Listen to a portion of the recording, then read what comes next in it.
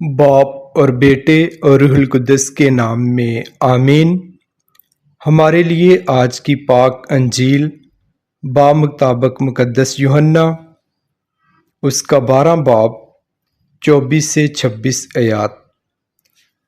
میں تم سے سچ سچ کہتا ہوں کہ جب تک گیہوں کا دانہ زمین میں گر کر مر نہیں جاتا اکیلا رہتا ہے، لیکن جب مر جاتا ہے تو بہت سا پھل لاتا ہے۔ جو اپنی جان کو پیار کرتا ہے وہ اسے کھو دیتا ہے، مگر جو اس دنیا میں اپنی جان سے کینہ رکھتا ہے وہ اسے ہمیشہ کی زندگی کے لیے محفوظ رکھے گا۔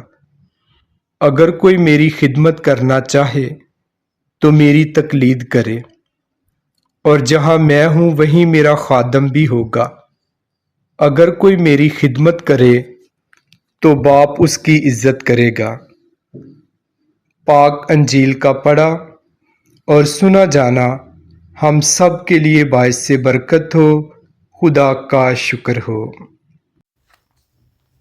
میں father Qaiser Bota OMI saint Anthony church Quetta سے آپ کی خدمت میں حاضر ہوں۔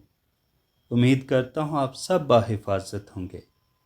میں آپ سب کی خوشحالی اور اچھی صحت کے لیے دعا گو ہوں۔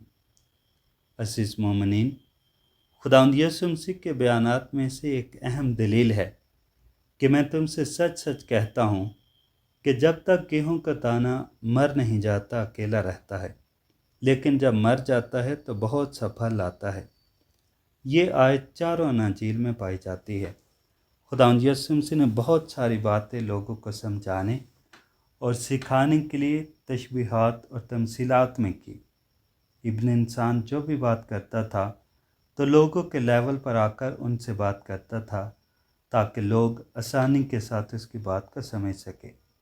وہ مچھیروں کے ساتھ مچھلیوں کی بات کرتا، چرواہوں کے ساتھ بھیڑ بکریوں کی باتیں شیئر کرتا، اور کسانوں کے ساتھ کھیتوں اور بیجوں کے بارے میں ذکر کرتا تاکہ لوگوں کو سمجھنے میں مشکل پیش نہ آئے۔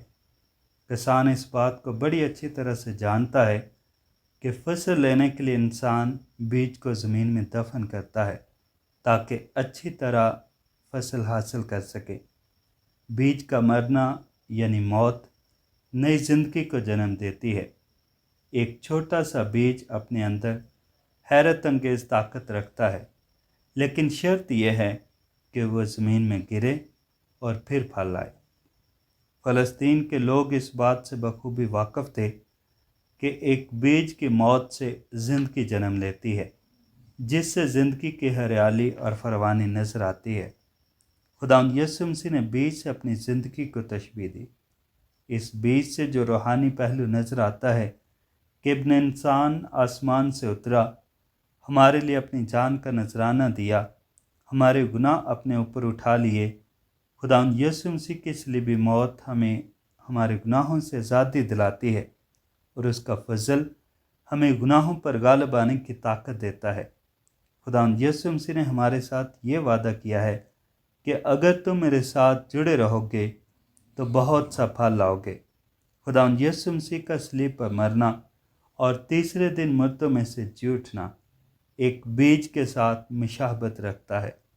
یہ تمثیل ہمیں سکھاتی ہے کہ زندگی موت کے ذریعے آتی ہے۔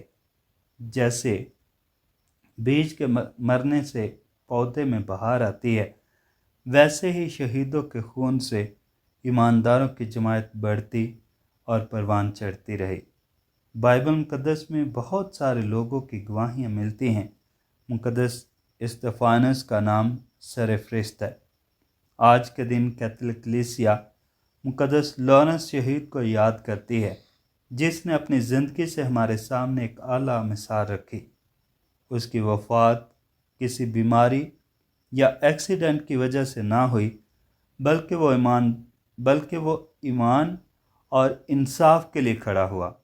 مقدس لارنس نے اپنی زندگی خدا کے نام پر قربان کر دی۔ مقدس لارنس نے اس بات کا بڑی جرأت مندی سے اظہار کیا کہ بے شک یہ لوگ مارنے کی کوشش کر رہے ہیں، لیکن یہ زندگی کا خاتمہ نہیں، بلکہ یہ تو ابدی زندگی کی شروعات ہے۔ مقدس لارنس کے قدموں کے نیچے ہلکی آگ لگا دی گئی تاکہ آپ کو آہستہ آہستہ بطور اذیت جلایا جائے۔ ایسے میں آپ کو الہی حوصلہ اور فضل ملتا رہا اور آپ آخری سانس تک دعا کرتے رہے اور خداوند یسوع مسیح کا پیغام دنیا بھر میں پھیلاتے رہے۔ اس کا نتیجہ یہ نکلا کہ بہت سارے غیر مسیحی بھی یسوع مسیح پر ایمان لے آئے۔ مقدس لارنس شہید کے لہو کی گواہی بہت سارے لوگوں کی ایمانی اور روحانی مضبوطی کا سبب بنی۔